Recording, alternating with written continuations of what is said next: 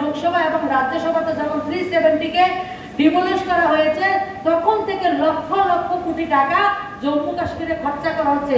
IIT থেকে, NIT থেকে, AIIMS hospital থেকে শুরু করে সেন্ট্রাল ইউনিভার্সিটি থেকে, কাশ্মীর থেকে কন্যাকুমারী পর্যন্ত আমাদের যে সফটওয়্যার ভারত, সেই ভারতকে নির্মাণ করা, এক ভারত শ্রেষ্ঠ ভারত নির্মাণ করার কাজ দুর্বার গতিতে আমাদের এই সরকার, রাষ্ট্রবাদী সরকার করে যাচ্ছে। তো আমাদের দায়িত্ব হচ্ছে সেগুলিকে জানা, সেইগুলিকে বোঝা এবং মানুষের কাছে তুলে ধরা। আমরা যদি বলি মেডিকেল কলেজ এবং হসপিটাল, 2014-এর আগে আমাদের দেশে 324খানা মেডিকেল কলেজ হসপিটাল ছিল, আজকে 700-র উপরে মেডিকেল কলেজ হসপিটাল। আমাদের 2014-এর আগে আমাদের দেশে 384খানা ইউনিভার্সিটি ছিল, আজকে আমাদের দেশে 700 ইউনিভার্সিটি তৈরি হয়েছে। মেডিকেল কলেজের যে ভর্তির অ্যাডমিশন আগে 80,000 ছিল, সেটা 1,60,000-এ পরিবর্তিত হয়েছে। তো প্রত্যেকটা ক্ষেত্রে সেই পরিবর্তন আনা হয়েছে। এবং বিশেষ করে সেমিকন্ডাক্টর, আমরা যারা বিভিন্ন জায়গায় কাজ করি আমরা জানি একটা চিপ তৈরি হয়, সেমিকন্ডাক্টর ছোট্ট একটা চিপ তৈরি হয়, যার জন্য আমরা চায়নার উপরে নির্ভরশীল।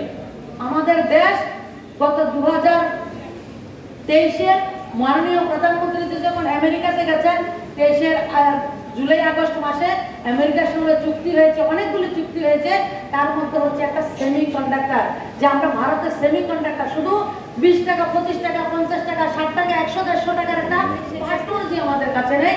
মোদিজি সেটাকে আমেরিকার সঙ্গে চুক্তি হয়েছে। এবং সবচেয়ে আনন্দের বিষয়, আমাদের দেশে এখন পর্যন্ত 4টা জায়গাতে সেমিকন্ডাক্টরের কারখানা তৈরি করার কাজ চলছে।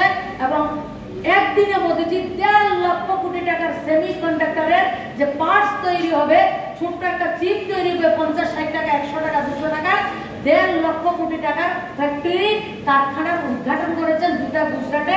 একটা আমাদের সৌভাগ্যের বিষয়, আমাদের নর্থ ইস্টের গুয়াহাটিতেও সেমিকন্ডাক্টরের ফ্যাক্টরি তৈরি করার কাজ চলছে। এবং গত কিছুদিন আগে ওয়েস্ট বেঙ্গলে সেমিকন্ডাক্টরের ফ্যাক্টরি করার কাজ করছে। এর বাইরে আমাদের দেশ 2টা জিনিস আমদানি করে সবচেয়ে বেশি। জওহরলাল নেহরুর সময়ে এত কিছু উল্টো সিধে, ওনারা দেশের কি দরকার, পলিসি মেকিং ছিল না, রিসার্চ ছিল না, কিভাবে দেশকে এগিয়ে নিয়ে যায় সেই জায়গায় তারা চিন্তা করেননি। আমাদের আমদানি করি আমরা 2টা জিনিস সবচেয়ে বেশি, একটা হচ্ছে ভোজ্য তেল, এডিবল অয়েল, আর একটা হচ্ছে আমাদের জ্বালানি তেল। এই 2টা জিনিস আমাদের সরকারের সবচেয়ে বেশি খরচা আমরা করি। সেই জায়গায় মোদিজি কি করেছেন, 2027 সালের মধ্যে আমরা 25% ইথানলের মাধ্যমে, 20 থেকে 25% ইথানলের মাধ্যমে আমরা পেট্রোল ডিজেলের সঙ্গে আমরা ব্যান্ডিং করব। আজকে গোটা দেশের মধ্যে আপনারা জানবেন, আজকে থেকে 10 বছর আগে আখের চাষ মানে কুশেরের যে যারা কৃষক ছিল তাদের ধর্ণা ছিল, কুশেরের এমএসপি, কুশেরের দাম পাওয়া যায় না। আজকে গত 10 বছর ধরে সেটা বোঝা যায় না। প্রত্যেকটা জায়গায় ইথানল তৈরি করা হয় কুশেরের রস থেকে, নতুবা চাল যেটা আছে চালকে গাজিয়ে সেটা করা হয়। আর আমাদের নর্থ ইস্টের জন্য আলাদা একটা টেকনোলজি করেছেন ফিনল্যান্ড থেকে, প্রায় 3000 কোটি টাকার ব্যয়ে জোরহাটের মধ্যে সে ফ্যাক্টরি তৈরি হচ্ছে। সেটা হচ্ছে চারকোল। চারকোলটা কি? কয়লা। কয়লাটা কিসের? 2027-এর মধ্যে আমরা মিনিমাম 20% ডিজেলের পেট্রোলের যে ব্যবহার সেটা আমরা কম করব।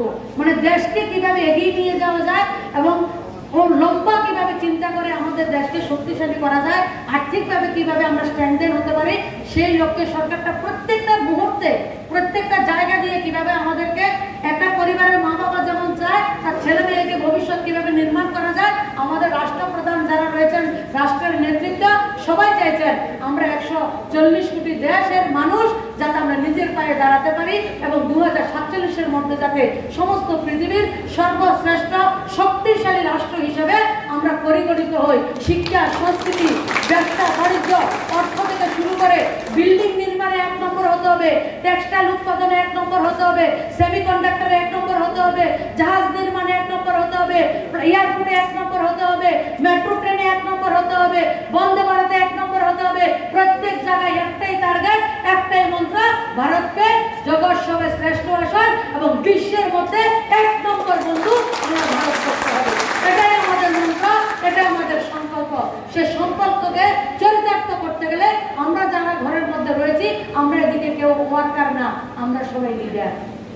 আমাদের এক একটা কথা আমাদের চলন বলন সমস্ত কিছু সমাজ আমাদেরকে দেখে আমাদেরকে নিয়ে মূল্যায়ন করে।